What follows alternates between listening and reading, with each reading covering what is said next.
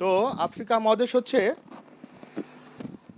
আয়তনে এবং জনসংখ্যায় পৃথিবীর দ্বিতীয় বৃহত্তম মহাদেশ। এই মহাদেশটিকে বলা হয় অন্ধকারাচ্ছন্ন মহাদেশ। অন্ধকারাচ্ছন্ন মহাদেশ কেন বলা হয়? কেননা এই মহাদেশে হচ্ছে সভ্যতার আলো এখন পর্যন্ত পৌঁছায়নি। জ্ঞান বিজ্ঞান শিক্ষা দীক্ষায় প্রযুক্তিগত দিক থেকে সব দিক থেকে মহাদেশটি পিছিয়ে আছে। এর একটাই কারণ, সেখানে জাতিগত দাঙ্গা আছে, গোত্রগত সংঘাত আছে, গোষ্ঠীগত দ্বন্দ্ব আছে। প্রাকৃতিক সম্পদে ভরপুর আফ্রিকা মহাদেশ। এই মহাদেশের সাথে আটলান্টিক মহাসাগর, যেটা পৃথিবীর দ্বিতীয় বৃহত্তম মহাসাগরের সীমান্ত আছে। এই মহাসাগরের সাথে যেটাকে বলে রেড সি বা লোহিত সাগরের কানেক্টিভিটি আছে। এই মহাদেশের সাথে ইন্ডিয়ান ওশিয়ান বা ভারত মহাসাগরের কানেক্টিভিটি আছে, এবং এই মহাসাগরের এই মহাদেশের সাথে ভূমধ্য সাগরের যোগসূত্র আছে।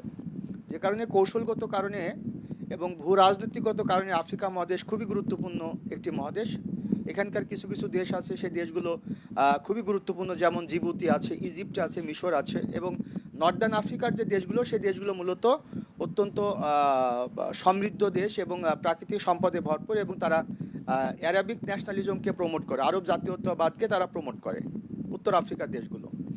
তো আজকে আফ্রিকা মহাদেশের ইতিহাসটি আলোচনা করবার পূর্বে আমরা এ পর্যন্ত যেগুলো আলোচনা করেছিলাম সেটি হচ্ছে প্রথম ক্লাসে আপনাদেরকে আমি বিশেষ পরীক্ষার প্রিলিমিনারি অংশে ইন্টারন্যাশনাল অ্যাফেয়ার্স যে 20 মার্কসের প্রশ্ন হয়, 20 নম্বরের যে প্রশ্নটি হয়, সেই প্রশ্নটির বিগত বিসিএসে কেমন টাইপের প্রশ্ন এসেছে বা কেমন টাইপের প্রশ্ন আসার কথা, এই সম্পর্কে আমি আপনাদেরকে একটা কনসেপ্ট দিয়েছিলাম। তারপরে এশিয়া মহাদেশ পড়িয়েছিলাম, এশিয়া মহাদেশের ইতিহাস পড়ালাম। এরপরে ইউরোপ মহাদেশের ইতিহাস, এবং সর্বশেষ আমি আপনাদের ক্লাস নিয়েছিলাম আমেরিকা মহাদেশের উপরে, অর্থাৎ উত্তর আমেরিকা এবং দক্ষিণ আমেরিকা মহাদেশের উপরে। উত্তর আমেরিকা এবং দক্ষিণ আমেরিকা মহাদেশের উপরে ক্লাস নেওয়ার সময় আমেরিকার উত্তর অংশ অর্থাৎ আমেরিকার ইতিহাস পড়িয়েছিলাম, কিউবান মিসাইল ক্রাইসিস পড়িয়েছিলাম। এগুলো খুবই গুরুত্বপূর্ণ ইতিহাসে। এখন আজকে আমরা যেটি পড়ব সেটি হচ্ছে আফ্রিকা মহাদেশ। আফ্রিকা মহাদেশের মধ্যে যে বিষয়গুলো আমরা পড়ব যে আফ্রিকা মহাদেশে, সেটি হচ্ছে প্রথমে আমরা পড়ব যে আফ্রিকা মহাদেশের একটি সংকট বা একটি বিপ্লব, যেটির নাম হচ্ছে জেসমিন বিপ্লব। তাহলে প্রথমে আমরা লিখব সেটি হচ্ছে জেসমিন বিপ্লব। জেসমিন বিপ্লব।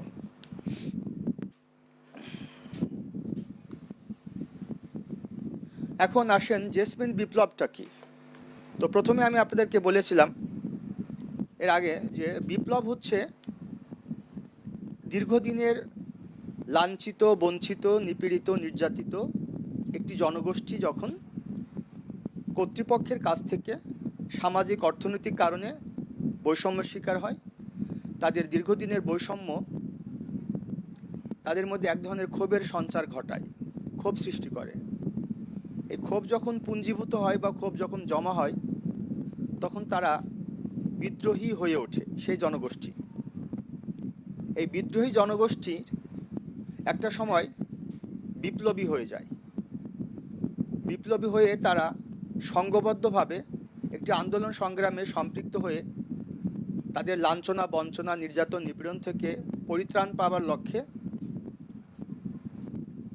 সেই নির্যাতিত, নিপীড়নকারী যে গোষ্ঠী, নির্যাতিত যে জনগোষ্ঠী, তাদেরকে যে কর্তৃপক্ষ নির্যাতন করে, তাদের অধিকার থেকে বঞ্চিত করে, তাদের বিরুদ্ধে এক ধরনের সংঘবদ্ধ আন্দোলনে সম্পৃক্ত হয়। এটিকে বলা হয় বিপ্লব। এবং বিপ্লবের মাধ্যমে শেষ অবধি একটি পরিবর্তন আসে। এখন সে পরিবর্তনটি কি বিপ্লবীদের পক্ষে আসবে নাকি বিপক্ষে আসবে, এটি নির্ভর করবে বিপ্লবীরা তাদের বিপ্লবটাকে সফলকাম করতে পেরেছে নাকি ব্যর্থ হয়েছে, অর্থাৎ তারা কতটুকু সংঘবদ্ধভাবে বিপ্লবে সম্পৃক্ত হয়েছে এবং দাবি দাওয়া আদায়ে কতটুকু তারা সোচ্চার হয়েছে। পৃথিবীর ইতিহাস পর্যালোচনা করলে দেখা যায়, সেটি আমরা যদি দেখি ফ্রেঞ্চ রেভলিউশন, রাশিয়ান রেভলিউশন, রুশ বিপ্লব, এই বিপ্লবগুলো কিন্তু বিপ্লবীরা তারা সংঘবদ্ধভাবে, ঐক্যবদ্ধভাবে কর্তৃপক্ষের বিরুদ্ধে তারা আন্দোলন সংগ্রামে রত হয়েছে এবং শেষ অবধি তারা সফলকাম হয়েছে। তো আজকের একটি গুরুত্বপূর্ণ বিপ্লব আফ্রিকা মহাদেশে, সেই বিপ্লবটির নাম হচ্ছে জেসমিন বিপ্লব। তো এই জেসমিন বিপ্লবটি কেন, কিভাবে হয়েছে সেটি নিয়ে আমি আপনাকে ডিটেল বলবো। আগে ইনফরমেশনটি লেখেন উত্তর আফ্রিকার দেশ তিউনিসিয়ার উত্তর আফ্রিকার দেশ তিউনিসিয়ার দীর্ঘদিন যাবৎ ক্ষমতায় থাকা উত্তর আফ্রিকার দেশ তিউনিসিয়ার দীর্ঘদিন যাবৎ ক্ষমতায় থাকা স্বৈর শাসক প্রেসিডেন্ট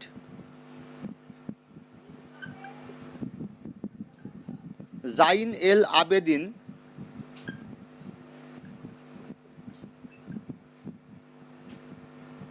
বেন আলী। উত্তর আফ্রিকার দেশ তিউনিসিয়ার স্বৈরশাসক জাইন এল আবেদিন বেন আলী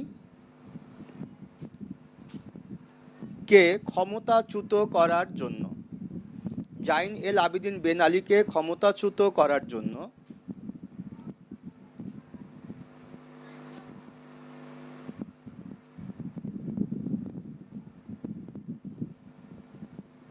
উত্তর আফ্রিকার দেশ তিউনিসিয়ার জনগণ স্বতঃস্ফূর্তভাবে জাইন এল আবেদিন বেন আলীকে ক্ষমতাচ্যুত করার জন্য তিউনিসিয়ার জনগণ স্বতঃস্ফূর্তভাবে যে আন্দোলন সংগ্রামে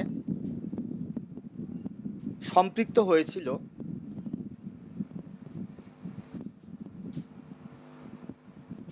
সেটি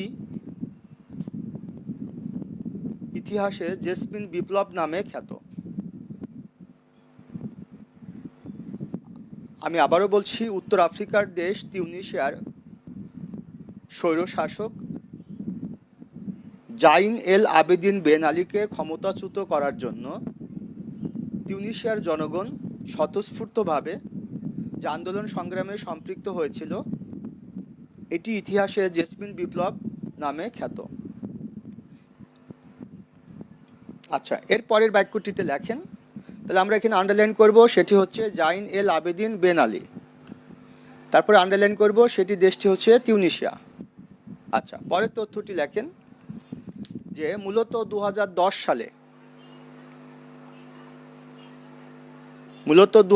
সালের 18 ডিসেম্বর থেকে মূলত 2010 সালের 18 ডিসেম্বর থেকে 2011 সালের 14 জানুয়ারি পর্যন্ত 2011 সালের 14 জানুয়ারি পর্যন্ত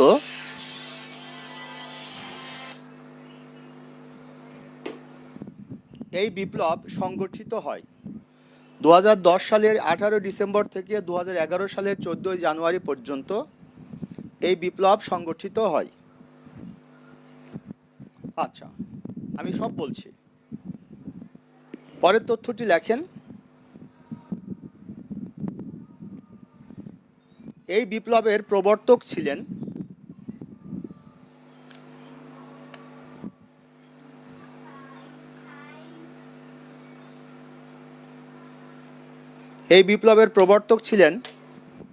তিউনিসিয়ার যুবক মোহাম্মদ বোয়াজিজি। এই বিপ্লবের প্রবর্তক ছিলেন তিউনিসিয়ার যুবক মোহাম্মদ বোয়াজিজি। তিউনিসিয়ার যুবক মোহাম্মদ বোয়াজিজি এই বিপ্লবের প্রবর্তক ছিলেন। আচ্ছা, এবার একটু শুনবেন, সেটা হচ্ছে যে আফ্রিকা মহাদেশের 5টি অঞ্চল আছে, তার মধ্যে একটি অঞ্চল হচ্ছে উত্তরাঞ্চলীয় আফ্রিকা বা নর্দার্ন আফ্রিকা। সে উত্তরাঞ্চলীয় আফ্রিকা মূলত তেল সমৃদ্ধ একটি অঞ্চল। এর মধ্যে আছে আপনার লিবিয়া, যেটি একটি তেল সমৃদ্ধ রাষ্ট্র। আর এই অঞ্চলের মধ্যে অন্যতম উন্নত রাষ্ট্রগুলোর মধ্যে মিশর একটি উন্নত রাষ্ট্র। তো তিউনিসিয়া একটি রাষ্ট্র। এই রাষ্ট্রে 30% মানুষ বেকার এবং সেখানে দ্রব্যমূল্যের ঊর্ধ্বগতি। মানুষজন সেখানে তাদের জিনিসের দাম একেবারে লাগামহীন। সেখানে মানুষ চাকরি বাকরি পাচ্ছে না যারা কর্মক্ষম এবং যোগ্যতম মানুষ। আবার সেখানে দীর্ঘদিন যাবৎ ক্ষমতায় আছে জাইনুল আবেদিন বেন আলী, তিনি ক্ষমতা থেকে সরে যাচ্ছেন না। আবার সাধারণ মানুষের জন্য ভালো কিছু করবার যে মানসিকতা সেটি তার নেই। এবং তার শাসনামলে তিউনিসিয়াতে সর্বত্র প্রশাসনের দুর্নীতি, পুলিশ প্রশাসনের দুর্নীতি, এগুলোর বিরুদ্ধে যারা কথা বলছে তাদেরকে এই জাইনুল আবেদিন বেন আলী স্বৈরশাসক এবং তার অনুগত বাহিনী তাদের উপরে বিভিন্নভাবে নির্যাতন করছে। তো এই দেশের একজন যুবক, তার নাম হলো মোহাম্মদ বুয়াজিজি নামক একটি যুবক ছেলে। সে কম্পিউটার সায়েন্সে পড়াশোনা করেছে, চাকরি বাকরি পায়নি। একটা পর্যায়ে মা বাবা ভাই বোনের মুখে খাবার তুলে দেওয়ার জন্য সে ভ্যান গাড়ি ভাড়া করে ফেরি করে ফল এবং সবজি বিক্রি করার সিদ্ধান্ত নিল। একটা পর্যায়ে পুলিশের প্রশাসনের বিরুদ্ধে দুর্নীতির কথা বলার প্রেক্ষিতে তার যে ভ্যান গাড়িটি সেটা বাজেয়াপ্ত করা হয়। তখন এই যুবকটি গায়ে আগুন লাগিয়ে সুইসাইড করে। এটা 2010 সালের ঘটনা। এতদিন যাবৎ এই যে স্বৈরশাসক, তার স্বৈরতন্ত্রের বিরুদ্ধে সাধারণ জনগণ কথা বলবার জন্য, আন্দোলন সংগ্রাম করবার জন্য কোনো প্ল্যাটফর্ম বা কোনো প্রেক্ষাপট রচিত হয়নি। এই যুবকের আত্মাহুতির মধ্য দিয়ে সাধারণ জনগণ এই স্বৈরশাসকের বিরুদ্ধে এক ধরনের বিপ্লবে সম্পৃক্ত হলো এবং শেষ অবধি স্বৈরশাসক জাইনুল আবেদিন বেন আলী ক্ষমতাচ্যুত হলেন। ইতিহাসে এই বিপ্লবটি নাম ধারণ করলো জেসমিন বিপ্লব বা জুই বিপ্লব। তো এটির নাম কেন জেসমিন বিপ্লব? যেহেতু জেসমিন ফুল বা জুই ফুলের গন্ধ খুব দ্রুত ছড়ায়, যেহেতু এই তিউনিসিয়াতেই স্বৈরশাসক জাইনুল আবেদিন বেন আলী ক্ষমতায় আছেন ব্যাপারটি তা না, আশেপাশের আরও অনেক দেশ আছে যেখানে বিভিন্ন স্বৈরশাসকরা ক্ষমতায় সমাসীন আছেন। তাদেরকেও ক্ষমতাচ্যুত করার জন্য এখানকার আন্দোলনটি যাতে অন্যত্র ছড়িয়ে পড়ে সেই সমস্ত দেশের স্বৈরশাসকের পতন হয়, সে কারণে পশ্চিমা মিডিয়া, ওয়েস্টার্ন মিডিয়া তিউনিসিয়ার এই বিপ্লবকে নাম দিল জেসমিন বিপ্লব বা জুই বিপ্লব। এবং পরবর্তীতে তাই হলো। আফ্রিকা মহাদেশ, এশিয়া মহাদেশের, মধ্যপ্রাচ্যের যে দেশগুলো যাদের ভাষা আরবি, সে সমস্ত আরব দেশগুলোতে এই বিপ্লবের রেশ বা প্রভাব ছড়িয়ে পড়ল এবং শেষ অবধি আরবের বিভিন্ন দেশের স্বৈরশাসক যারা ক্ষমতায় ছিলেন তারা চ্যুত হলেন। বিশেষ করে মিশরে 1981 সাল থেকে 2011 সাল পর্যন্ত ক্ষমতায় ছিলেন হোসনি মোবারক, তিনি ক্ষমতাচ্যুত হলেন। ইয়েমেনে আলী আবদুল্লাহ সালেহ পদত্যাগ করলেন। লিবিয়ার কর্নেল মোহাম্মদ গাদ্দাফি তিনি পদত্যাগ করলেন, ক্ষমতাচ্যুত হলেন, তাকে হত্যাও করা হলো। এভাবে জেসমিন বিপ্লবের সূত্র ধরে বা জেসমিন বিপ্লবের রেশ ধরে আফ্রিকা মহাদেশের অন্যান্য দেশে, এশিয়া মহাদেশের অন্যান্য দেশে, যে সমস্ত দেশের ভাষা আরবি, সে সমস্ত দেশে স্বৈরশাসকের পতন হলো, নতুনত্ব আসলো, গণতন্ত্র প্রতিষ্ঠিত হলো। পশ্চিমা মিডিয়া এটিকে নাম দিল আরব বসন্ত বা অ্যারাবিক স্প্রিং। এটা বিশেষ পরীক্ষায় এসেছে। আরব বসন্তটা কি? আরব বসন্ত হচ্ছে যে এশিয়া এবং আফ্রিকা মহাদেশের আরব দেশগুলোতে স্বৈরশাসকের পতনের দাবিতে সেখানে যে গণ আন্দোলন বা গণজাগরণ হয়েছিল সেটিকে বলা হয় আরব বসন্ত। তো জেসমিন বিপ্লব থেকে আমরা কি তথ্যটি পেলাম? প্রথম প্রশ্নটি বিসিএস পরীক্ষায় আসতে পারে যে জেসমিন বিপ্লবের সূতিকাগার কোন দেশকে বলা হয়? সেটি হচ্ছে তিউনিসিয়া। একই সাথে প্রশ্নটি আসতে পারে আরব বসন্তের সূতিকাগার বলা হয় কোন দেশকে? সেটিও তিউনিসিয়া। বা আরব বসন্তের সূচনা হয়েছিল কোন মহাদেশে? আফ্রিকা মহাদেশে। জেসমিন বিপ্লবের সূচনা হয়েছিল কোন মহাদেশে? সেটিও আফ্রিকা মহাদেশে। আরব বসন্তের সূতিকাগার, জেসমিন বিপ্লবের সূতিকাগার, আরব বসন্ত এর সূত্রপাত হয়েছিল, জেসমিন বিপ্লবের সূত্রপাত হয়েছিল মহাদেশ হিসাবে আসলে পারে আফ্রিকা মহাদেশ, দেশ হিসাবে আসলে পারে তিউনিসিয়া। কিংবা আসতে পারে তিউনিসিয়া কোন মহাদেশের দেশ? আফ্রিকা মহাদেশের দেশ। তিউনিসিয়া আফ্রিকা মহাদেশের কোন অঞ্চলের দেশ? উত্তরাঞ্চলে আফ্রিকা, অর্থাৎ উত্তর অঞ্চলের দেশ। জাইনুল আবেদিন বেন আলী কোন দেশের প্রেসিডেন্ট ছিলেন? তিউনিসিয়া। বা জাইনুল আবেদিন বেন আলীর সাথে কোন বিপ্লব সম্পর্কযুক্ত? জেসমিন বিপ্লব। জেসমিন বিপ্লবের প্রবর্তককে মোহাম্মদ বুয়াজিজি। মোহাম্মদ বুয়াজিজি নামটি কোন বিপ্লবের সাথে জড়িত? জেসমিন বিপ্লবের সাথে। মোহাম্মদ বুয়াজিজির সাথে কোন দেশের নাম জড়িত? সেটি তিউনিসিয়া। এভাবে ভিন্নভাবে আমি আপনাকে বলেই দিচ্ছি, আমি আপনাদেরকে বিশেষ পরীক্ষায় প্রশ্নগুলো কিভাবে আসতে পারে, কোন জায়গা থেকে আসতে পারে, সেটা কিন্তু আমি আপনাদেরকে ক্লিয়ার করেছি। আচ্ছা, তাহলে এই যে জাইন এল আবেদিন বেন আলী, তিনি 22 মতান্তরে 23 বছর ক্ষমতায় ছিলেন তিউনিসিয়াতে। তার শাসন আমলে যে দুর্নীতি হয়েছে, তার শাসন আমলে জনগণ তাদের অধিকার থেকে যেভাবে লাঞ্ছিত হয়েছে, বঞ্চিত হয়েছে, নিপীড়িত হয়েছে, এই সব কিছু থেকে নিষ্কৃতি পেতে চেয়েছে সাধারণ জনগণ। নিষ্কৃতি পেতে চেয়েছে এবং সেটি পাবার জন্য তারা একটি বিপ্লবে সম্পৃক্ত হয়েছে। সেই বিপ্লবটির নামই তো জেসমিন বিপ্লব। এ কারণে জেসমিন বিপ্লবের সূতিকাগার বা সূচনা হয়েছে কোন দেশে? সেটি হচ্ছে উত্তর আফ্রিকার দেশ তিউনিসিয়াতে। এটা মনে রাখবেন।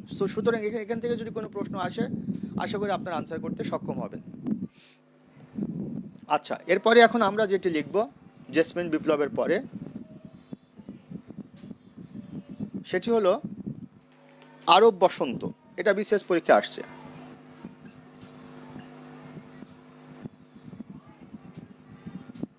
আরব বসন্ত। তাহলে বসন্ত জিনিসটা কি?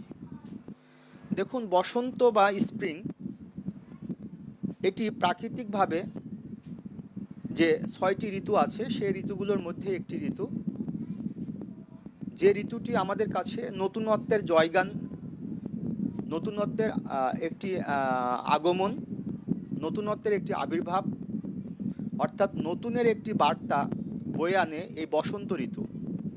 অর্থাৎ তার পূর্বে শীতের জীর্ণতা শীর্ণতা থেকে প্রকৃতি নবরূপে সজ্জিত হয়, প্রকৃতিতে একটি নবজাগরণ তৈরি হয় বসন্তের মাধ্যমে।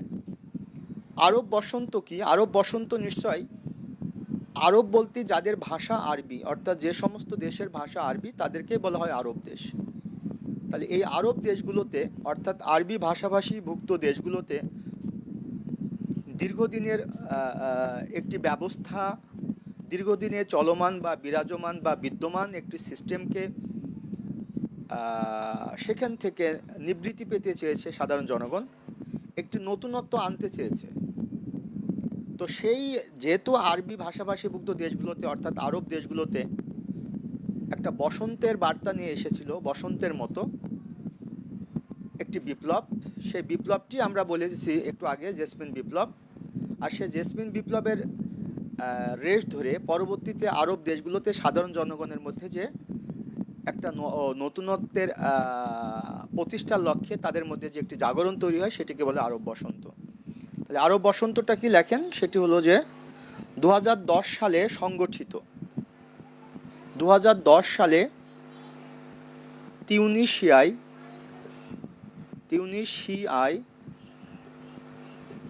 2010 সালে তিউনিসিয়ায় সংগঠিত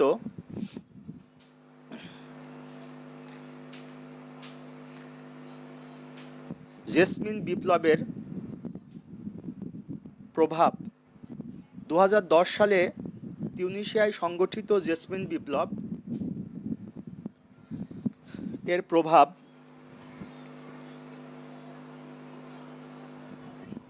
পরবর্তীতে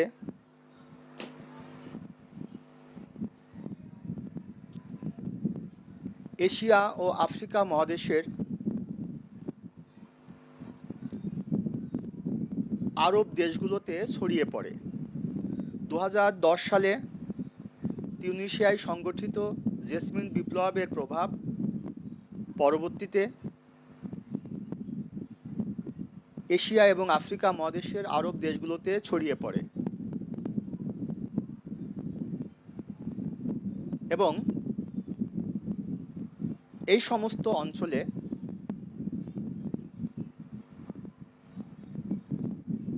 দীর্ঘদিন যাবৎ ক্ষমতায় থাকা এবং এই সমস্ত অঞ্চলে দীর্ঘদিন যাবৎ ক্ষমতায় থাকা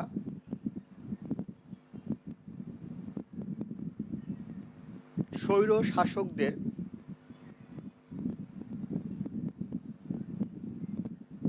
ক্ষমতাচ্যুত করবার জন্য, স্বৈর শাসকদের ক্ষমতাচ্যুত করবার জন্য এই অঞ্চলের মানুষের মধ্যে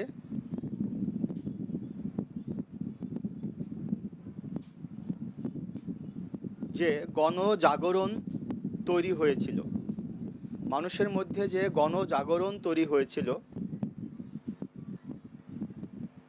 সেটি আরব বসন্ত নামে খ্যাত।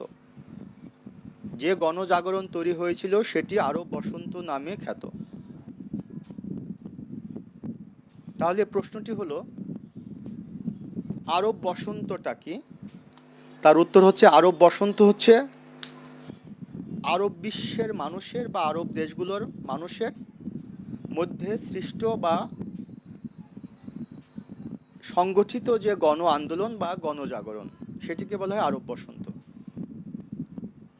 প্রশ্নটি আসতে পারে যে আরব বসন্তটা কি? এটা বিশেষ পরীক্ষায় এসেছে। তাহলে আরব বসন্ত হচ্ছে আরবের দেশগুলোর অর্থাৎ এশিয়া এবং আফ্রিকা মহাদেশের দেশগুলোর যাদের ভাষা আরবি সেই সমস্ত দেশগুলোর মানুষের যে গণ আন্দোলন বা গণজাগরণ স্বৈরশাসকের ক্ষমতাচ্যুত করবার জন্য সেই আন্দোলনটিকে বলা হয় আরব বসন্ত বা সেই জাগরণটিকে বলা হয় আরব বসন্ত।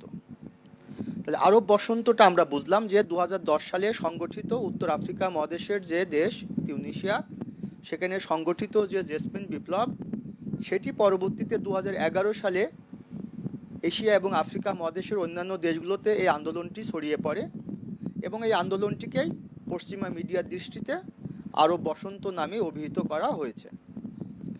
ইন্টারেস্টিং ব্যাপার হচ্ছে যে এই আরব বসন্তের সাথে আবার কিছু কিছু জায়গা জড়িত আছে, কিছু কিছু স্থান জড়িত আছে। সেই স্থানগুলো কি কি সেটা এখন আমরা লিখব। তো প্রথমে লেখেন যে বিশেষ দ্রষ্টব্য দিয়ে নাম্বার 1 তথ্য হচ্ছে বিখ্যাত তাহরির স্কয়ার।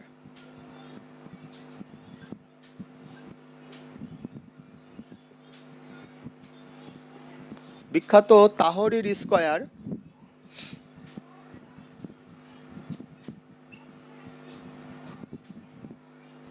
মিশরের রাজধানী কায়রোতে অবস্থিত। বিখ্যাত তাহরির স্কয়ার মিশরের রাজধানী কায়রোতে অবস্থিত। তাহলে বিখ্যাত তাহরির স্কয়ার কোথায় অবস্থিত? বিখ্যাত তাহরির স্কয়ার হলো কায়রোতে অবস্থিত। বিখ্যাত তাহরির স্কয়ার কোন দেশে অবস্থিত? মিশরে অবস্থিত। বিখ্যাত তাহরির স্কয়ার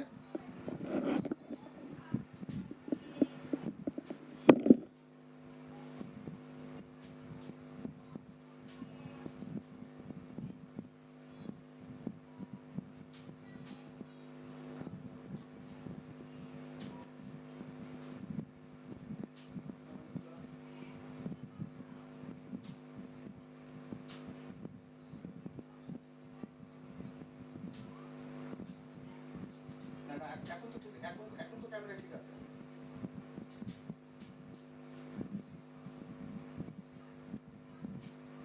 এখন তো ক্যামেরা তো ঠিক আছে, এখন তো দেখা যাচ্ছে তো।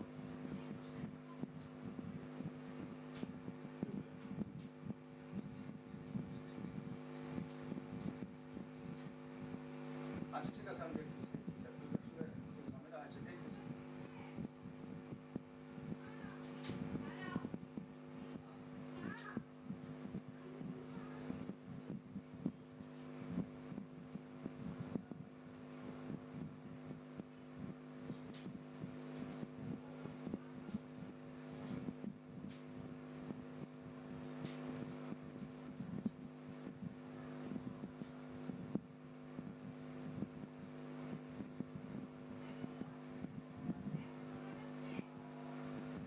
বুঝতে পারছি। এখন কি সমস্যা হচ্ছে?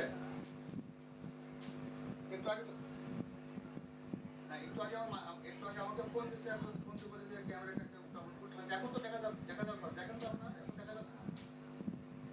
ঠিক আছে।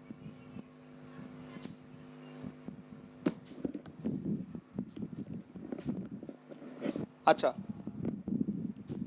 তো এটা হচ্ছে যে সেই আরব বসন্ত। আরব বসন্তের সাথে সম্পর্কযুক্ত বিখ্যাত একটি চত্বর বা স্কোয়ার, সেটি হচ্ছে তাহরির স্কোয়ার বা তাহরির চত্বর।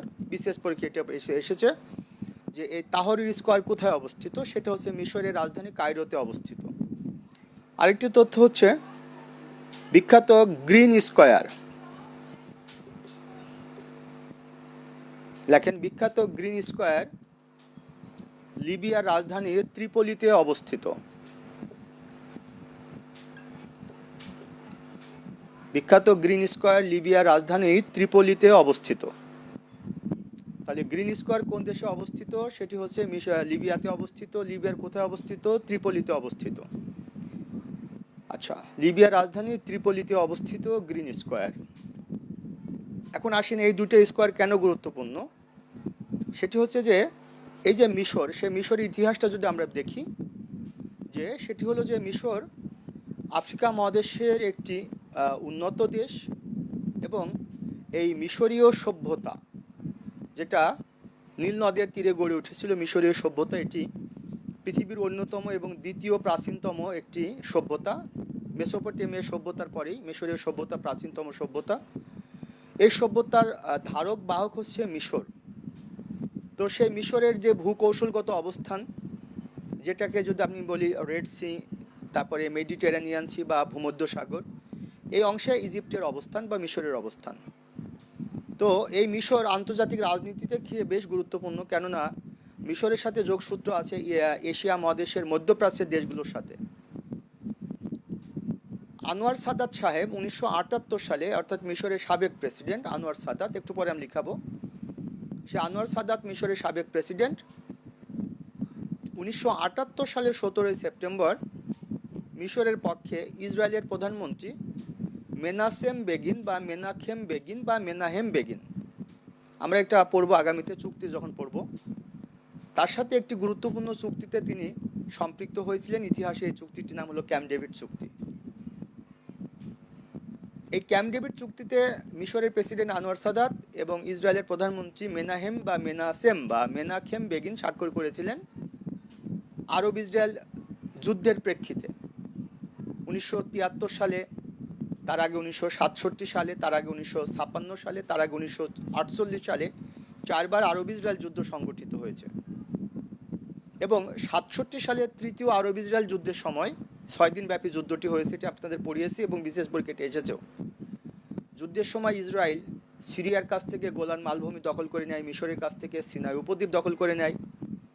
শেষ অবধি মিশরের প্রেসিডেন্ট তার সিনাই উপদ্বীপটি ইসরায়েলের কাছ থেকে ফেরত পাবার জন্য 78 সালের 17 সেপ্টেম্বর একটি চুক্তিতে সম্পৃক্ত হয় আমেরিকার প্রেসিডেন্টের অবকাশ যাপন কেন্দ্র, যেটি আমেরিকার মেরিল্যান্ড অঙ্গরাজ্যে অবস্থিত। যে চুক্তিটির নাম আমরা জানি ক্যাম্প ডেভিড চুক্তি। তো সেই ক্যাম্প ডেভিড চুক্তিতে স্বাক্ষর করার কারণে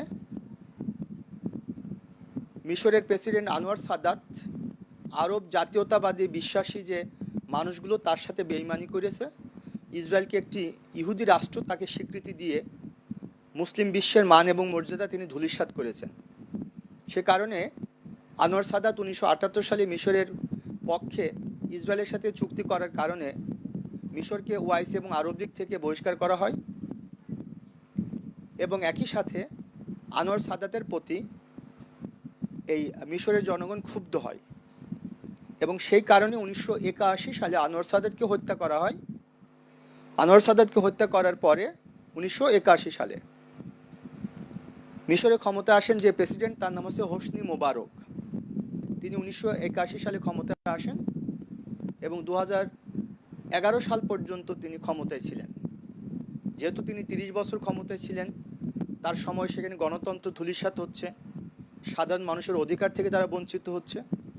আর ইতোপূর্বে তো তিউনিশিয়াতে জেসমিন বিপ্লব হয়েছে, জাইনুল আবেদিন বেন আলীকে ক্ষমতাচ্যুত করা হয়েছে। সেখান থেকে আফ্রিকা মহাদেশের মানুষগুলো শিক্ষা নিয়েছে এবং শেষ পর্যন্ত তারা মিশরের রাজধানী কায়রোর একটা বিখ্যাত চত্বর, যার নাম হলো তাহরির মিউজিয়াম,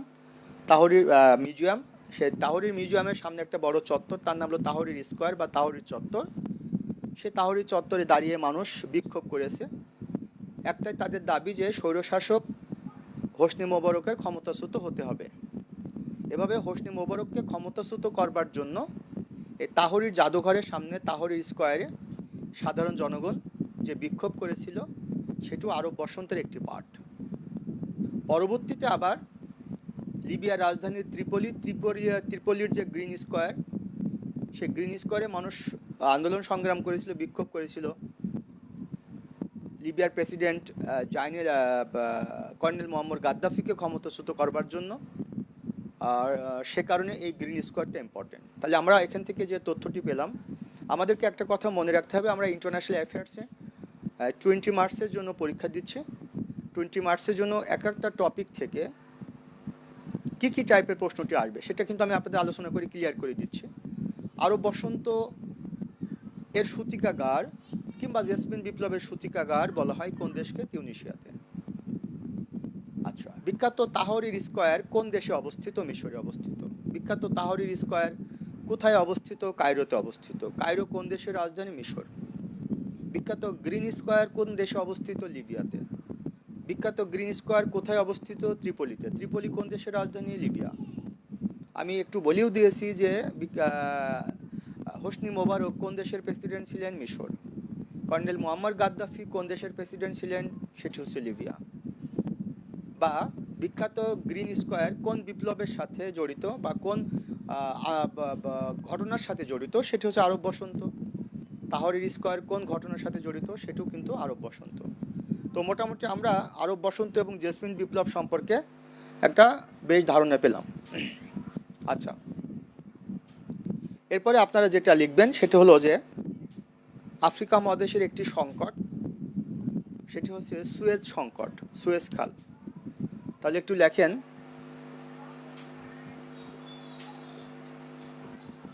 সুয়েজ সংকট, একটি সংকট, সেটির নাম হচ্ছে সুয়েজ সংকট।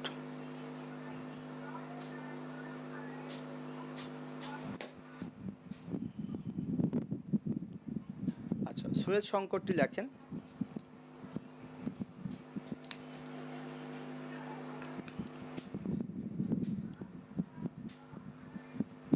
দেখেন, সুয়েজ খাল ভূকৌশলগত দিক থেকে, ব্যাখ্যাটি লেখেন, আমি বলছি। সুয়েজ খাল ভূকৌশলগত দিক থেকে এবং ভূ রাজনৈতিক দিক থেকে, সুয়েজ খাল ভূকৌশলগত দিক থেকে এবং ভূ রাজনৈতিক দিক থেকে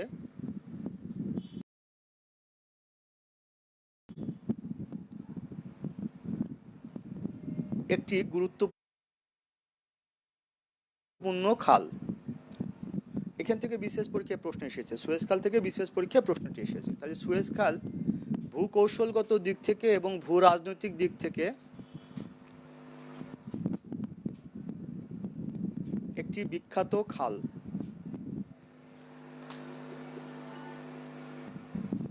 দায়িত্বে লেখেন 1859 সালে, 1859 সালে খালটি খনন করা হয়। 1859 সালে খালটি খনন করা হয়। 1859 সালে খালটি খনন করা হয়।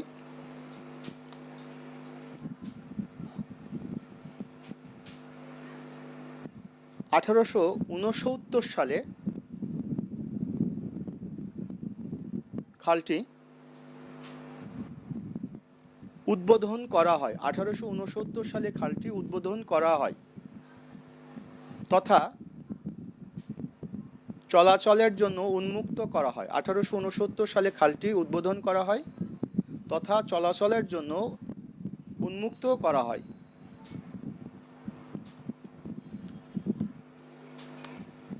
1956 সালে লেখেন, 1956 সালে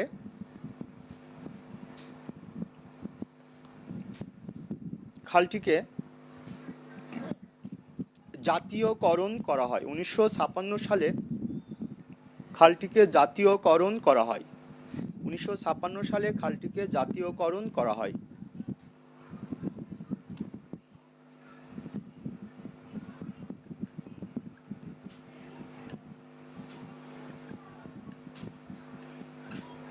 মিশরের প্রেসিডেন্ট জামাল আবদেল নাসের, মিশরের প্রেসিডেন্ট জামাল আবদেল নাসের খালটিকে জাতীয়করণ করেন। মিশরের প্রেসিডেন্ট জামাল আবদেল নাসের খালটিকে জাতীয়করণ করেন।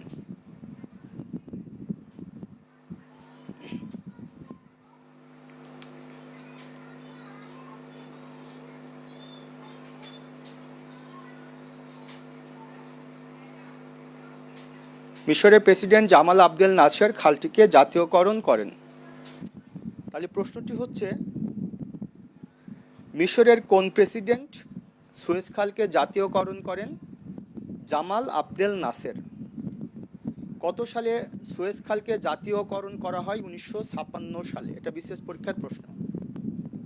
সুয়েজ খাল কত সালে খনন করা হয়? 1869 সালে, 1859 সালে।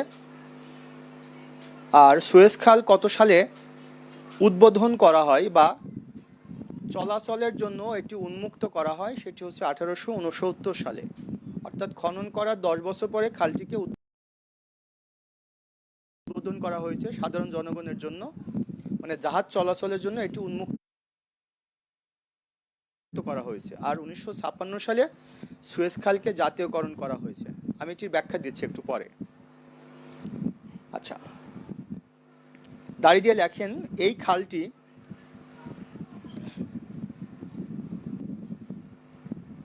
ভূমধ্য সাগর এবং লোহিত সাগরকে যুক্ত করেছে। এই খালটি ভূমধ্য সাগর এবং লোহিত সাগরকে ভূমধ্য সাগর ও লোহিত সাগরকে যুক্ত করেছে এবং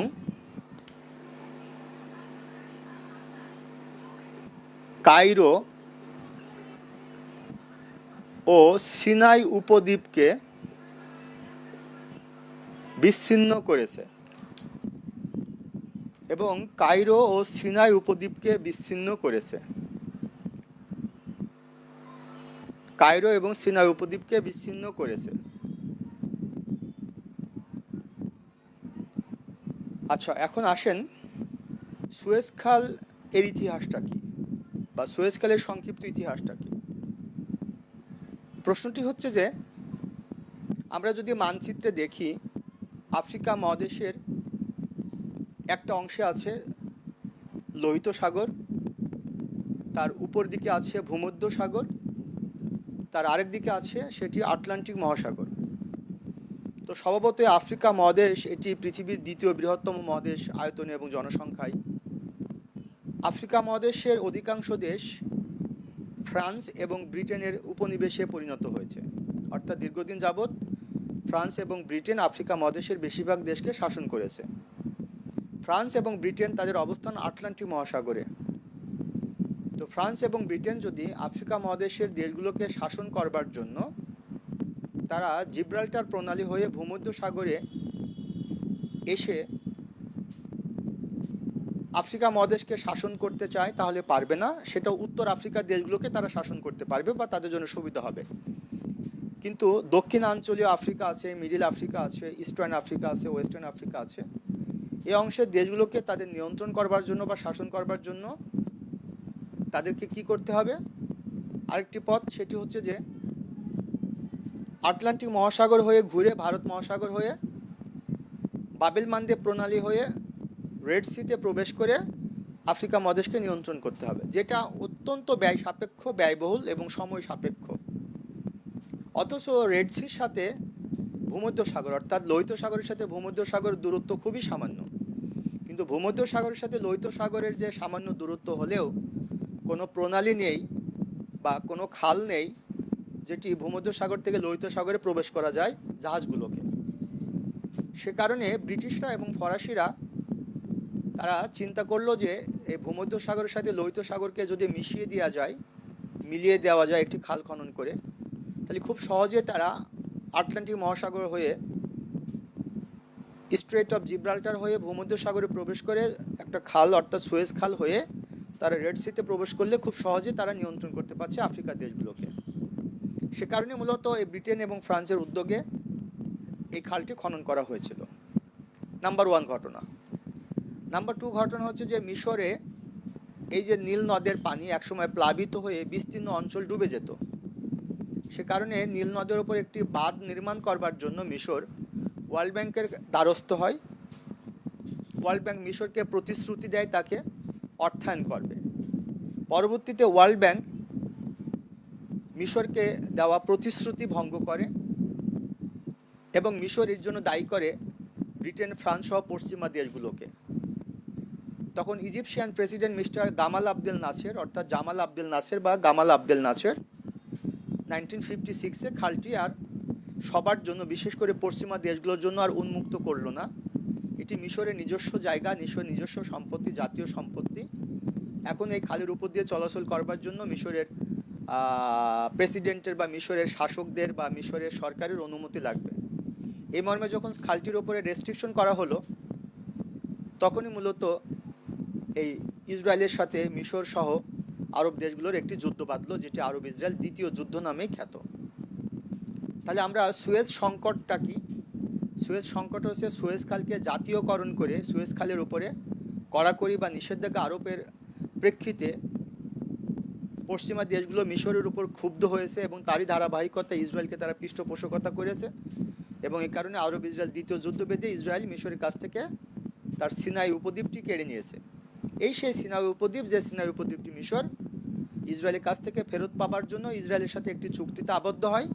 চুক্তির মাধ্যমে ইসরায়েলকে রাষ্ট্র হিসাবে মিশর স্বীকৃতি দেয়, বিনিময়ে ইসরায়েল মিশরকে তার যে সিনাই উপদ্বীপ, সেই সিনাই উপদ্বীপটি ফেরত দেয়। এটাই সেই সুয়েজ সংকট বা এটি সেই সুয়েজ খালের ইতিহাস।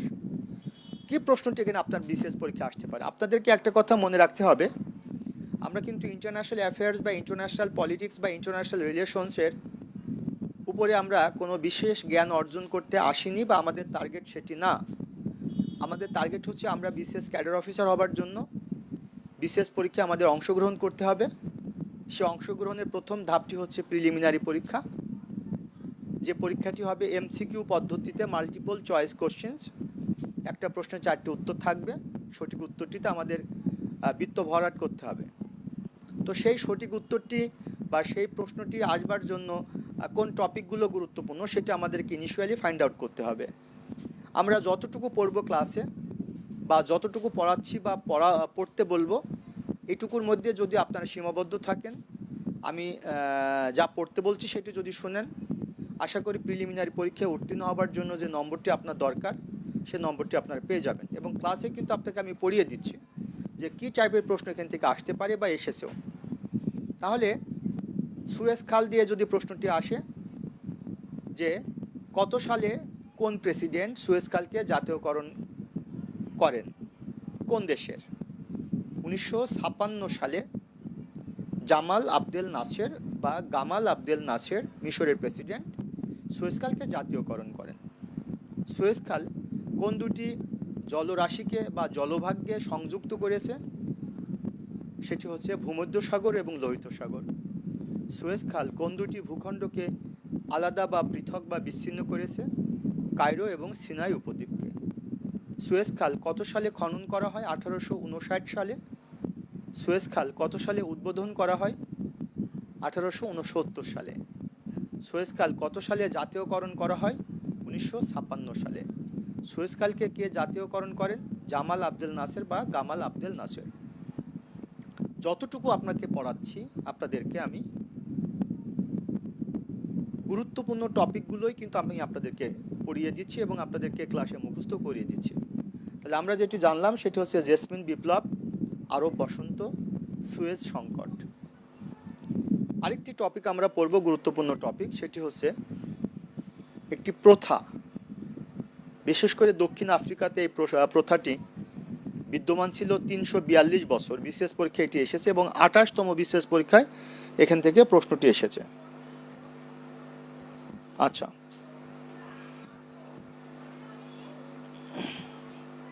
তাহলে প্রথাটির নাম কি? সেটি হচ্ছে বর্ণবাদ প্রথা। প্রথাটির নাম হচ্ছে বর্ণবাদ প্রথা। আপনারা এইভাবে লেখেন কথাটা,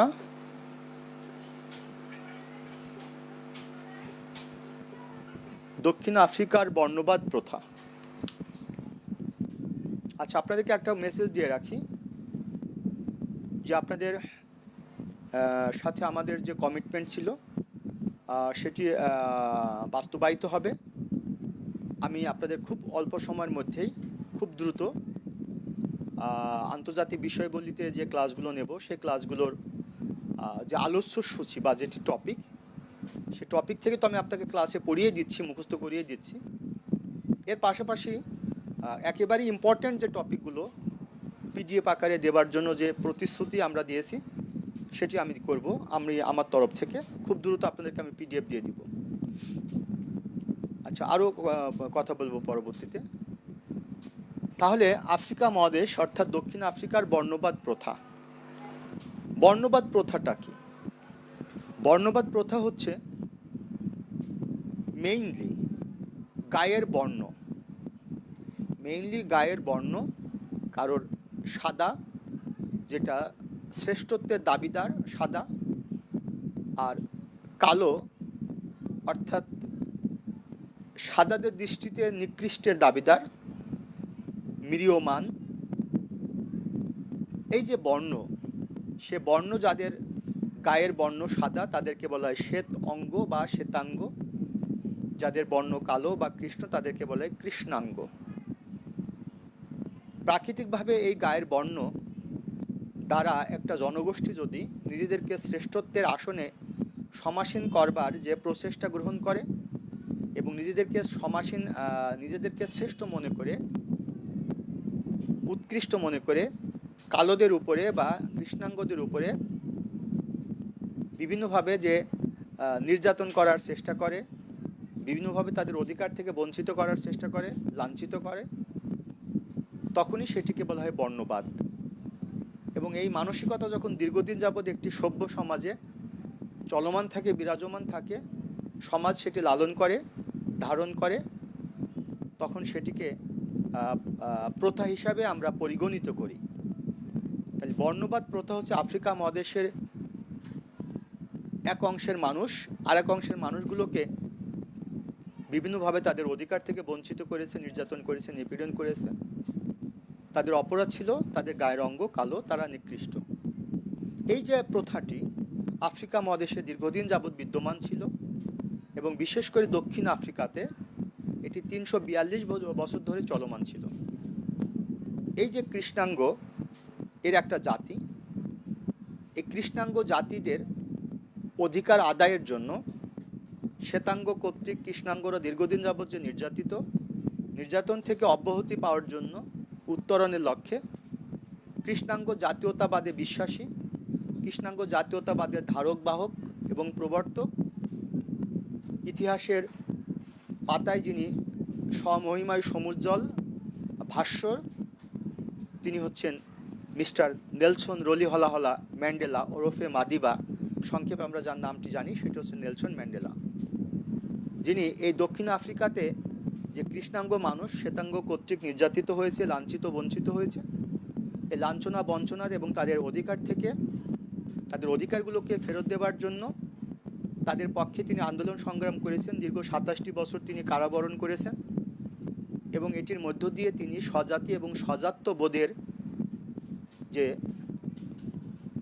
প্রতি যে দায়িত্বশীলতা, সেই দায়িত্বশীলতা তিনি পূর্ণাঙ্গ এবং সুচারুরূপে সম্পাদন করতে সক্ষম হয়েছেন এবং এটির মধ্য দিয়ে কৃষ্ণাঙ্গ জাতির হৃদয়ে, মননে, মগজে, মস্তিষ্কে তিনি মর্যাদার আসনেই সমাসীন হয়েছেন নেলসন ম্যান্ডেলা। এবং তারই আন্দোলন সংগ্রামের মাধ্যমে তারই 27 বছরের কারাভোগের বিনিময়ে দক্ষিণ আফ্রিকাতে কৃষ্ণাঙ্গরা তাদের অধিকার ফেরত পেয়েছে এবং এভাবেই দক্ষিণ আফ্রিকাতে বর্ণবাদ প্রথার অবসান হয়েছে। এই যে নেলসন ম্যান্ডেলা, এখান থেকে 28তম বিশেষ পরীক্ষা প্রশ্ন আসছে টিকা আকারে। বিশেষ পরীক্ষা প্রশ্ন আসছে 28তম বিশেষ পরীক্ষা এখান থেকে প্রশ্ন আসছে যে দক্ষিণ আফ্রিকাতে বর্ণবাদ প্রথা কত বছর বিদ্যমান ছিল? 342 বছর। তো আমরা একটু লিখব যে দক্ষিণ আফ্রিকার বর্ণবাদ প্রথা দিয়ে দক্ষিণ আফ্রিকায় শ্বেতাঙ্গ কর্তৃক কৃষ্ণাঙ্গরা, দক্ষিণ আফ্রিকায় শ্বেতাঙ্গ কর্তৃক কৃষ্ণাঙ্গরা দীর্ঘদিন যাবৎ, দক্ষিণ আফ্রিকাতে শ্বেতাঙ্গ কর্তৃক কৃষ্ণাঙ্গরা দীর্ঘদিন যাবৎ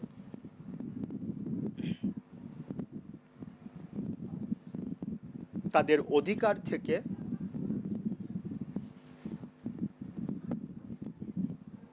বিভিন্নভাবে লাঞ্ছিত বঞ্চিত হয়েছে। তাদের অধিকার থেকে বিভিন্নভাবে লাঞ্ছিত এবং বঞ্চিত হয়েছে। ডায়েরিতে লেখেন, কৃষ্ণাঙ্গরা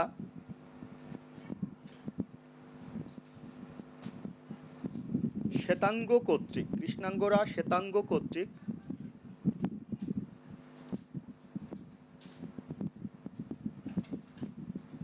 বিভিন্নভাবে দীর্ঘদিন ধরে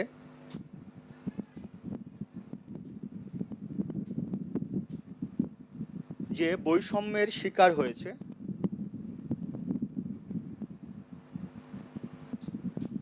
সেটি ইতিহাসে বর্ণবাদ প্রথা নামে খ্যাতি লাভ করেছে। বর্ণবাদ প্রথা নামে অভিহিত, কথাটা এভাবে লেখেন, সেটি ইতিহাসে বর্ণবাদ প্রথা নামে অভিহিত।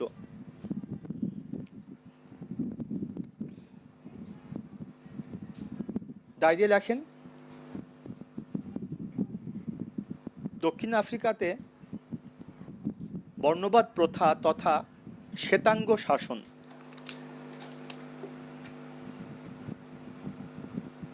দক্ষিণ আফ্রিকাতে বর্ণবাদ প্রথা তথা শ্বেতাঙ্গ শাসন 342 বছর বলবৎ ছিল। দক্ষিণ আফ্রিকাতে শ্বেতাঙ্গ শাসন 342 বছর বলবৎ ছিল বা বিরাজমান ছিল বা প্রচলিত ছিল। দক্ষিণ আফ্রিকাতে শ্বেতাঙ্গ শাসন 342 বছর বলবৎ ছিল বা প্রচলিত ছিল। দেখেন, আপনাদেরকে একটা কথা আমি বারংবার বলে দিচ্ছি, সিভিল সার্ভিস পরীক্ষার প্রশ্নের একটা প্যাটার্ন আছে। সিভিল সার্ভিস পরীক্ষায় যিনি প্রশ্নটি করেন বা যারা প্রশ্নটি করেন, তাদের যোগ্যতা হচ্ছে সরকারের ন্যূনতম জয়েন্ট সেক্রেটারি বা যুগ্ম সচিব এবং পাবলিক ইউনিভার্সিটির অ্যাসোসিয়েট প্রফেসর। তাদের প্রশ্ন করার সময় একটি ধারণা তাদের মাথায় থাকে যে বাংলাদেশের অ্যাসপেক্টে সকল ডিসিপ্লিনের স্টুডেন্ট এখানে সিভিল সার্ভিস পরীক্ষায় পার্টিসিপেট করে, সায়েন্স ব্যাকগ্রাউন্ডেড, আর্টস ব্যাকগ্রাউন্ডেড, কমার্স ব্যাকগ্রাউন্ডেড। কাজে এখানে যে টপিক থেকে বা যে সাবজেক্ট থেকে প্রশ্নটি করা হয়, সেই সাবজেক্টে আপনাকে মাস্টার হওয়া লাগে না, আপনাকে জ্যাক হতে হয়, অর্থাৎ jack of all trades but master of nothing. তো আপনাকে আমি টপিক ওয়াইজ আলোচ্য সূচি অনুযায়ী বলেই দিচ্ছি যে এই জায়গাটি থেকে এই ধরনের প্রশ্নটি আপনাকে করা হতে পারে। আমরা দক্ষিণ আফ্রিকাটি পড়ব না, আমরা শ্বেতাঙ্গ এবং কৃষ্ণাঙ্গদের ইতিহাস পড়ব না, আমরা পড়ছি পৃথিবীতে সভ্যতার উষা লগ্ন থেকে আজ অবধি এবং এখন থেকে পৃথিবীর ধ্বংস অবধি পৃথিবীর অর্থনৈতিক কর্মকাণ্ড, রাজনৈতিক কর্মকাণ্ড, সামরিক কর্মকাণ্ড, ভূ রাজনৈতিক কর্মকাণ্ড, কূটনৈতিক কর্মকাণ্ড এবং অন্যান্য কর্মকাণ্ড যে বিভিন্ন ধারাবাহিকতায় বিভিন্ন ঘটনা বিভিন্ন পর্যায়ের মধ্য দিয়ে চলমান, এই গতদিনের ঘটনাটি ইতিহাস আজকে লালন করেছে। তো কিছু কিছু ঘটনা আছে যেটা পৃথিবীর মানুষকে জানতে হয়, প্রজন্ম থেকে প্রজন্মে সেটি ছড়িয়ে দিতে হয়। এভাবেই কিন্তু এই বিশ্ব ব্যবস্থা পরিচালিত হয়। আজকে বিশ্বায়নের যুগে আজকে ধর্মের সাথে ধর্মের, জাতির সাথে জাতির, পেশার সাথে পেশার, গোষ্ঠীর সাথে গোষ্ঠীর, গোত্রের সাথে গোত্রের, সম্প্রদায়ের সাথে সম্প্রদায়ের, এই যে বর্ডারলেস যে কমিউনিকেশন হচ্ছে মানুষের সাথে মানুষের, তাতে আসলে সে অর্থে জাতি, ধর্ম, বর্ণগত যে বৈষম্য সেটি আসলে সেভাবে দৃশ্যত হচ্ছে না। কিন্তু ইতিহাস পড়লে একটা সময় আমরা জানতে পারি বা জানতে পারবো যে আজকে আমরা আমেরিকাতে যে ঘটনাটি দেখেছি 2020 সালের 25শে মে, জর্জ পেরি ফ্লয়েড, গতদিন আলোচনা করেছিলাম, জর্জ পেরি ফ্লয়েড নামক একজন কৃষ্ণাঙ্গ, যাকে একজন শ্বেতাঙ্গ পুলিশ তার ঘাড়ের পেছনে 8 মিনিট 46 সেকেন্ড বুট দিয়ে চেপে ধরে শ্বাসরোধ করে হত্যা করেছে। তার অপরাধ, সে একজন কৃষ্ণাঙ্গ এবং সে আফ্রিকা থেকে আগত কৃষ্ণাঙ্গ। বিশ্বব্যাপী সেটি চরমভাবে নিন্দিত হয়েছে, ধিক্কার জানানো হয়েছে। ইতিহাস এটি মনে রাখবে। তো এই আফ্রিকা মহাদেশে কৃষ্ণাঙ্গরা তারা 342 বছর ধরে শ্বেতাঙ্গ কর্তৃক শাসিত হয়েছে, তাদের অধিকার থেকে তারা বঞ্চিত হয়েছে, রাজনৈতিক অধিকার, ভোটাধিকার থেকে বঞ্চিত হয়েছে, আর্থসামাজিক প্রেক্ষিতে বিভিন্নভাবে তারা হেয় হয়েছে। আর এই আর্থসামাজিকভাবে কৃষ্ণাঙ্গ জাতির অধিকার প্রতিষ্ঠা করবার জন্য যে মহান নেতার আবির্ভাব হয়েছে এবং তার দূরদর্শী এবং তার বিচক্ষণ নেতৃত্বের মাধ্যমে এবং তার আত্মবিসর্জনের মাধ্যমে, বিশেষ করে তিনি কারাবরণ করে স্বজাতি এবং স্বজাত্যবোধ তার মধ্যে যে জাগ্রত হয়েছে, সে নেলসন ম্যান্ডেলা আজ পর্যন্ত ইতিহাসে একজন মহান ব্যক্তি হিসাবে কিন্তু স্বমহিমায় সমুজ্জ্বল এবং ইতিহাসে তিনি বিশেষ মর্যাদার আসনে সমাসীন হয়ে আছেন। তাহলে এখান থেকে আমাদের প্রশ্নটি আসছে যে দক্ষিণ আফ্রিকাতে শ্বেতাঙ্গ শাসন কত বছর বিরাজমান ছিল, বিদ্যমান ছিল? 342 বছর। এরপরে তথ্যটি হচ্ছে দক্ষিণ আফ্রিকার সর্বশেষ শ্বেতাঙ্গ প্রেসিডেন্ট ছিলেন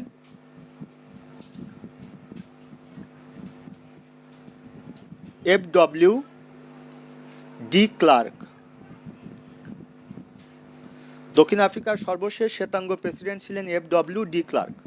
তাহলে নাম্বার 1 তথ্য হচ্ছে কত বছর? 342 বছর। সর্বশেষ প্রেসিডেন্ট কে ছিল? FW de Klerk. আচ্ছা, এবার আমরা এতক্ষণ ধরে যে মহান ব্যক্তির নাম উল্লেখ করলাম সে নেলসন ম্যান্ডেলা। নেলসন ম্যান্ডেলা সম্পর্কে তথ্য লেখেন, বিশেষ পরীক্ষা এখান থেকে প্রশ্নটি আসতে পারে।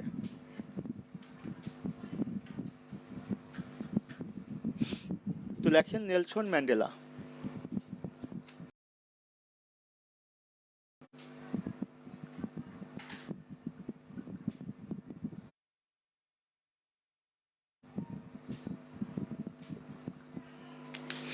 নেলসন ম্যান্ডেলা দিয়ে লেখেন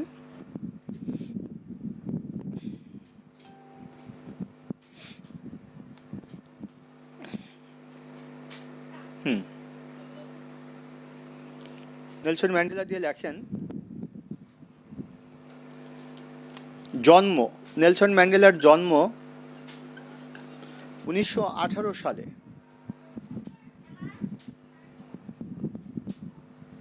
নেলসন ম্যান্ডেলার জন্ম 1918 সালে।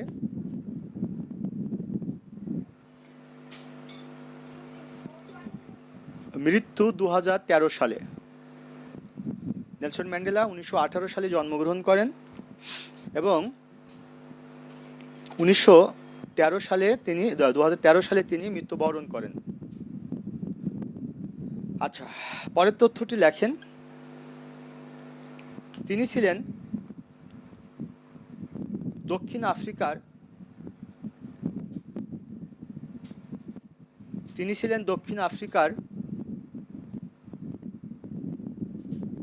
কৃষ্ণাঙ্গদের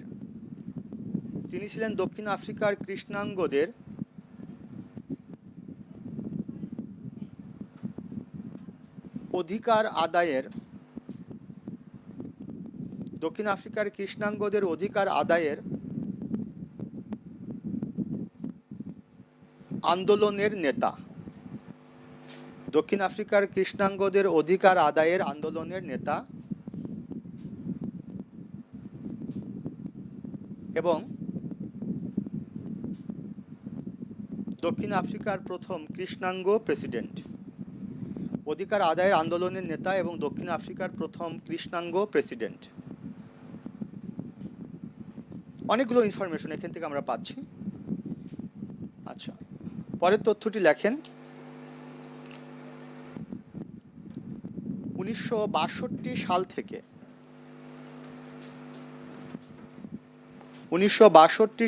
1990 সাল পর্যন্ত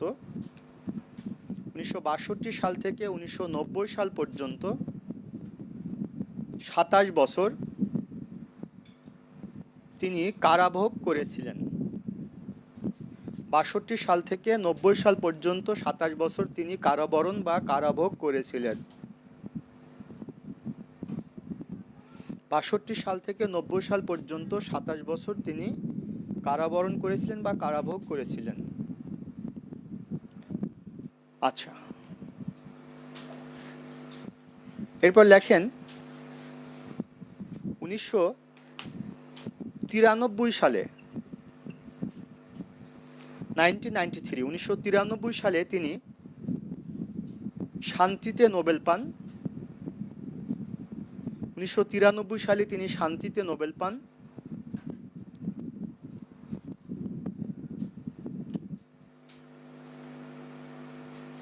1994 সালে তিনি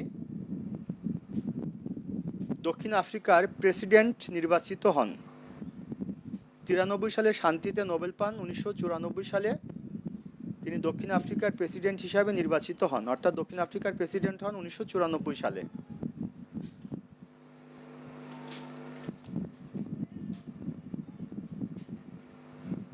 (1999 সালে তিনি রাজনীতি থেকে স্বেচ্ছায় অবসর গ্রহণ করেন। 1999 সালে তিনি রাজনীতি থেকে স্বেচ্ছায় অবসর গ্রহণ করেন। 99 সালে তিনি রাজনীতি থেকে স্বেচ্ছায় অবসর নেন বা অবসর গ্রহণ করেন।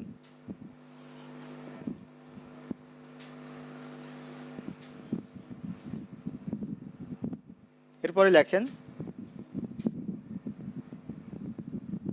তার রাজনৈতিক দলের নাম।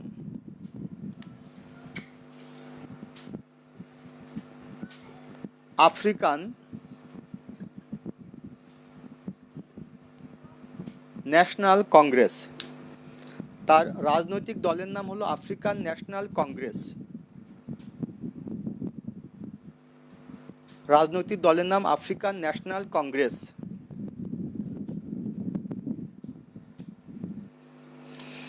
সংক্ষেপে এটিকে বলা হয় এএনসি, আফ্রিকান ন্যাশনাল কংগ্রেস, বা সংক্ষেপে এএনসি। এরপর লেখেন সেটি হচ্ছে তার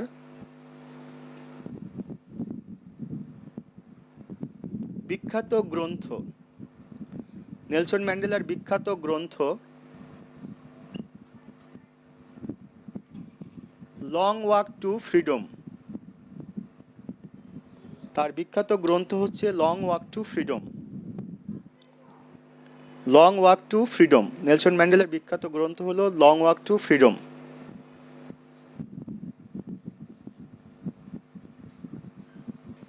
long walk two freedom, Nelson ম্যান্ডেলার বিখ্যাত গ্রন্থ।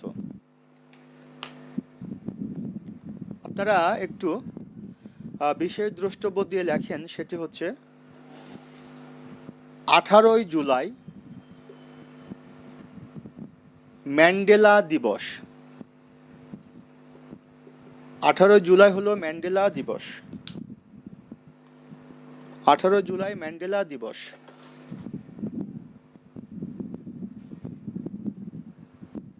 কেননা এদিন তার জন্মদিন, অর্থাৎ 18 জুলাই নেলসন ম্যান্ডেলার জন্মদিন। 18 জুলাই নেলসন ম্যান্ডেলার জন্মদিন হওয়ায় 18 জুলাই হচ্ছে ম্যান্ডেলা দিবস।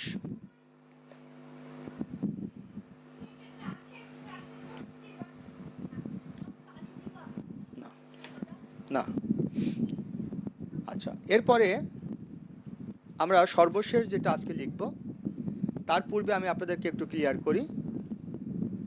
সেটি হচ্ছে যে দেখেন, যে সমস্ত মহান নেতা ইতিহাসে গুরুত্বপূর্ণ হিসাবে বিবেচিত হয়েছেন এবং যে সমস্ত মহান নেতাকে পৃথিবীর মানুষ শ্রদ্ধা ভরে, শ্রদ্ধাবনত চিত্তে স্মরণ করেন, সম্মানের সাথে স্মরণ করেন, সেই সমস্ত মহান নেতার মধ্যে অন্যতম হচ্ছেন ভারতবর্ষের মিস্টার মহাত্মা গান্ধী, তারপরে দক্ষিণ আফ্রিকার এই নেলসন ম্যান্ডেলা, তারপরে আমেরিকার মার্টিন লুথার কিং জুনিয়র।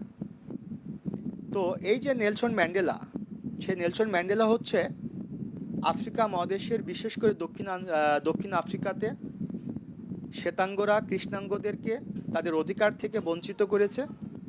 দীর্ঘদিন যাবৎ আফ্রিকার সমাজে এই প্রথা বা এই ব্যবস্থা বিদ্যমান চলেছে। সে কারণে এটিকে একটা প্রথা হিসাবেই বিবেচিত হয়েছে এবং সে প্রথাটির নামই হচ্ছে বর্ণবাদ প্রথা।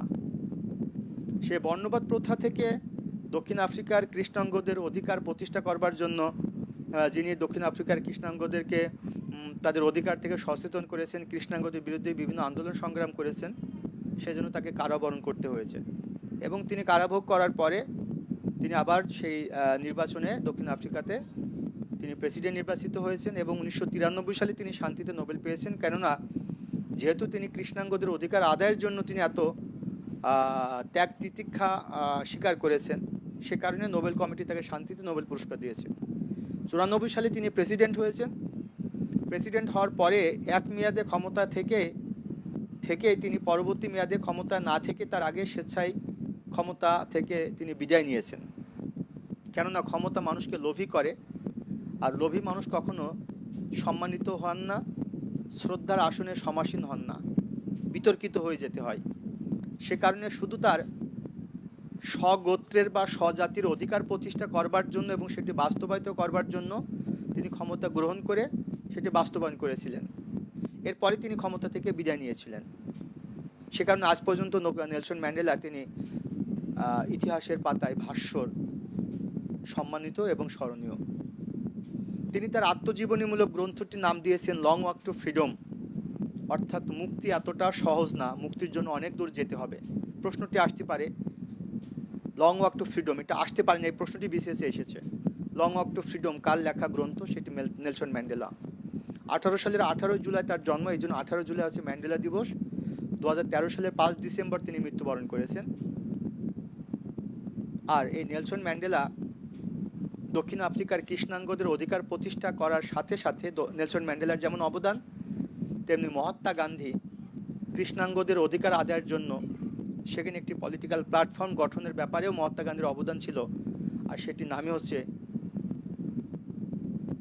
আফ্রিকান ন্যাশনাল কংগ্রেস, যেটা 1912 সালে গঠিত হয়েছিল দক্ষিণ আফ্রিকাতে। সে কারণে মহাত্মা গান্ধীর রাজনৈতিক যে নেতৃত্ব সেটির উন্মেষ হয়েছে দক্ষিণ আফ্রিকাতে এবং তার বিকাশ হয়েছে ভারতবর্ষে 1920 সালে এবং 1942 সালে যথাক্রমে অসহযোগ আন্দোলন এবং ভারত ছাড় আন্দোলনে মহাত্মা গান্ধী সম্পৃক্ত হয়েছিলেন। তো এভাবে মহাত্মা গান্ধী, নেলসন ম্যান্ডেলা ইতিহাসের পাতায় এখন পর্যন্ত স্মরণীয় হয়ে আছেন।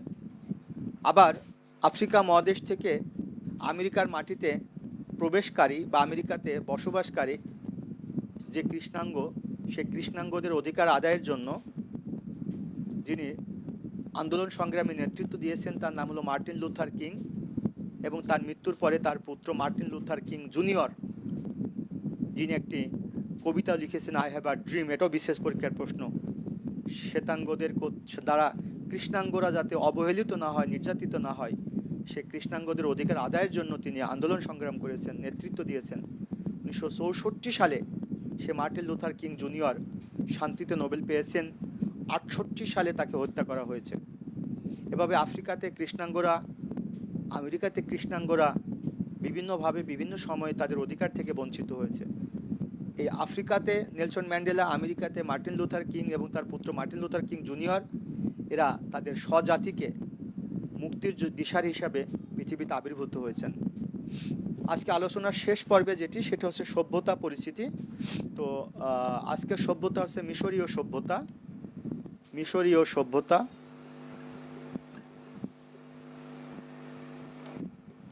দেখেন, এই সভ্যতা এটি পৃথিবীর দ্বিতীয় প্রাচীনতম সভ্যতা।